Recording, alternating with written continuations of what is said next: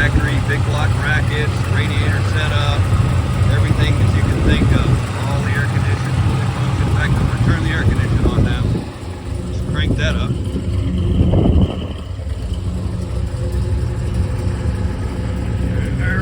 Running at 160. That's the brake light. It's on. It's park brake set. But yeah, this is a economy gauge car, and we're gonna put the factory Monte Carlo Chevelle tack in it. Got one, but kind of need to restore the bezel on it.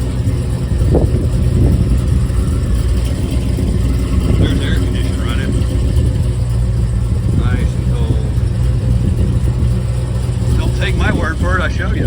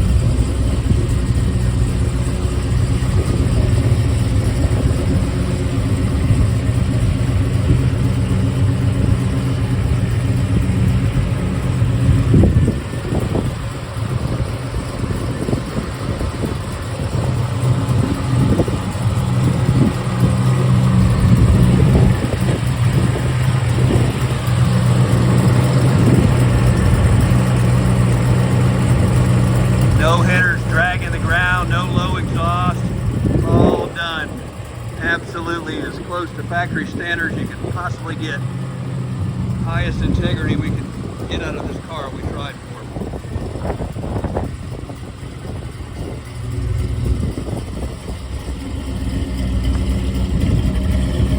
We'll try and set the phone over here.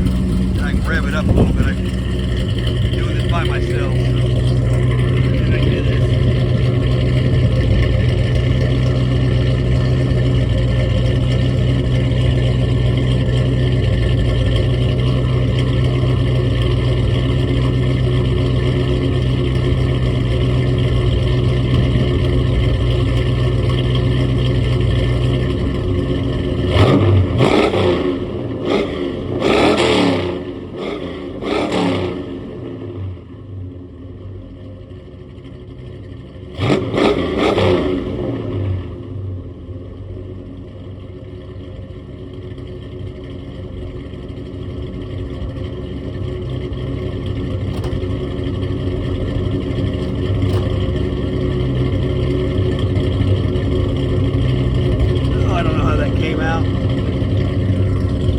Best I can do by myself.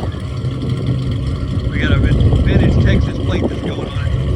That plate's just there because it says 454. The car hadn't been registered 40 years.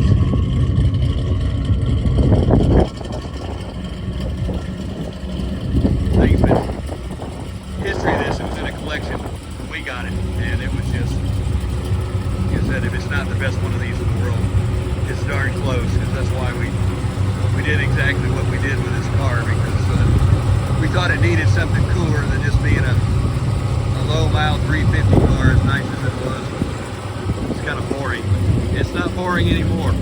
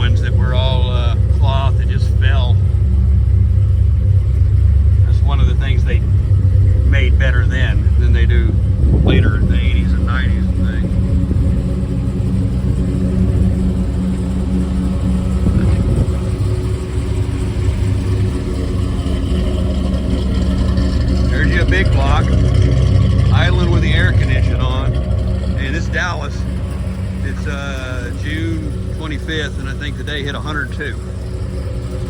High heat index of 114. There's the temperature. Big block 502.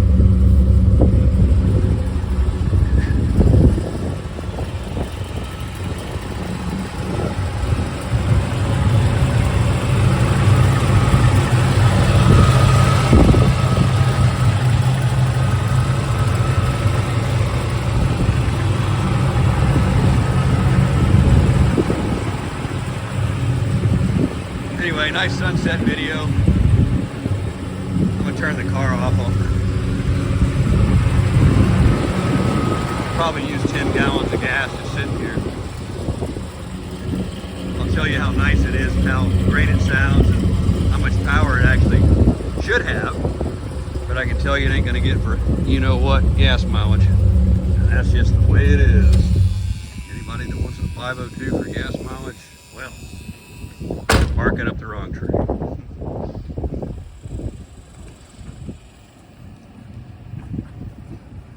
Anyway, so if this is something you've run into just watching, there's probably 25 videos before this that show everything from the car being original, pulling the motor out of it, to configuring this engine for this car, to putting this engine in the car, to all the trials and tribulations and headaches and different aftermarket parts that were supposed to work and didn't work, and getting all the right brackets, which are all basically 68 to 72 big block non-emissions brackets.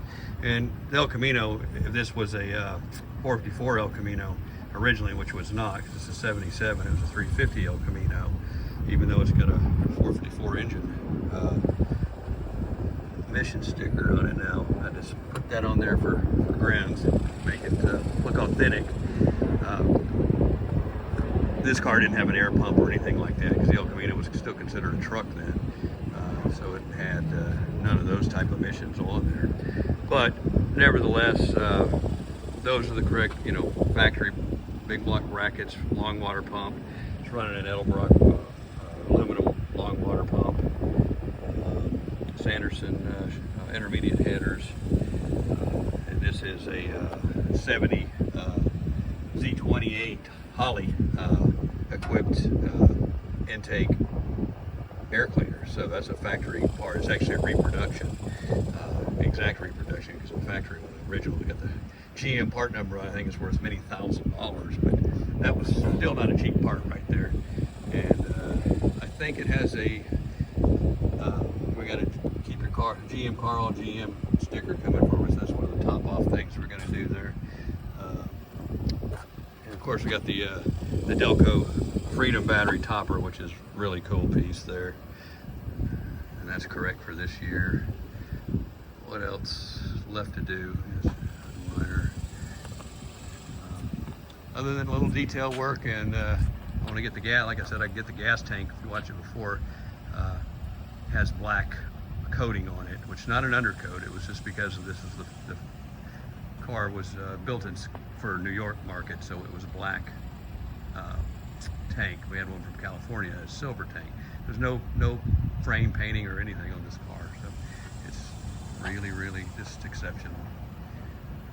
There's kind of a good stance view of this car.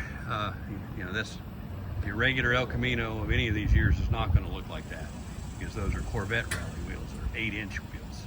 So, well, right on the car, and those are 255, 60, 15 tires on there. Of course, the tires are half as old as the car, but they're actually new old stock that I had for years.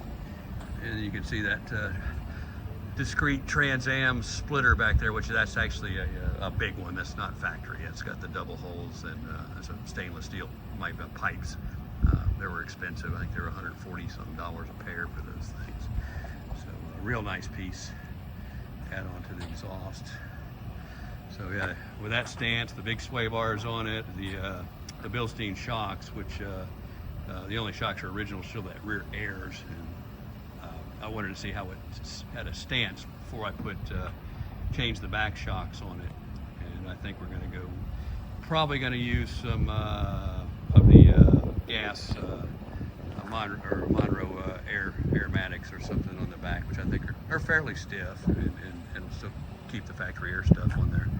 Otherwise, I just go with Bilsteins. But if you ever loaded the back of an El Camino up, which this thing will never be done, you would set it back down, because the El Caminos all, had the air shocks. And it has the air shock Schrader valve right underneath the license plate there. So,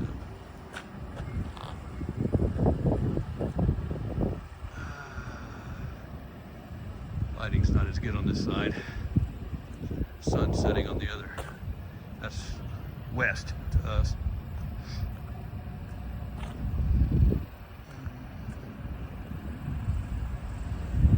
There's one of the kind of the options. These cars, this thing's fully loaded, has these the bumper berets. A lot of these cars did not have that, so that helps the car look a little bit more complete and nicer. And this is the El Camino Classic, which is, they're more of a luxury model. They did have an SS model, no difference in engine or anything like that, but it had, kind of a silly stripe, and it was more of a black trim to it, which is kind of a neat car. But I think the Classic is definitely a more elegant looking car with the big, chrome trim on it and all that. So I would, if this was an SS El Camino of any year, 73 to 70, I wouldn't have done this work to it. Personally, just don't like them as much.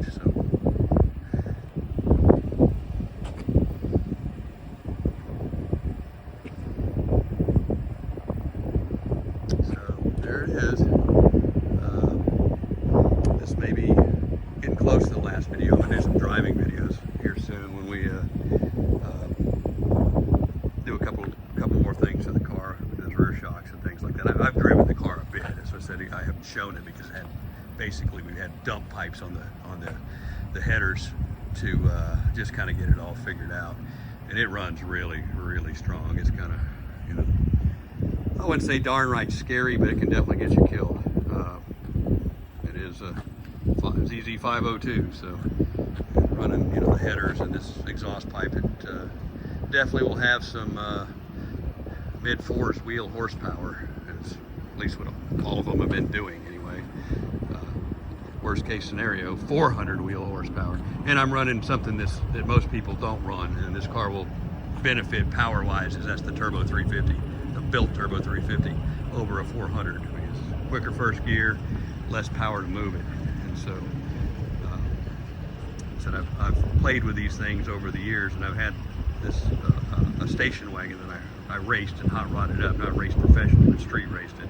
And when I put a Turbo 400 behind the big block on that thing, because it was a 350 conversion car too, and whenever I did the Turbo 400 in the thing, I slowed that car down by half a second. So it was a major difference. So, but if I blow this transmission up at any point, I'll probably go 4L80 in it, but we'll see. I don't think I'm going to beat it enough to blow it up. It's just a nice classic street rod, and it'll be brought to shows. But I promise you, it's going to get some testing done to it before, and it'll know its full potential before I show it to anyone, because I get all the bugs out of them. And I think we've got them all there now, so unless there's some bugs with the exhaust system, but I don't think so. It's pretty straightforward. That's about it. I know it's probably a long, boring video, but I kind of did it just to document the car myself, and if you enjoyed it, thanks. But if I bored you, I'm sorry. So take care.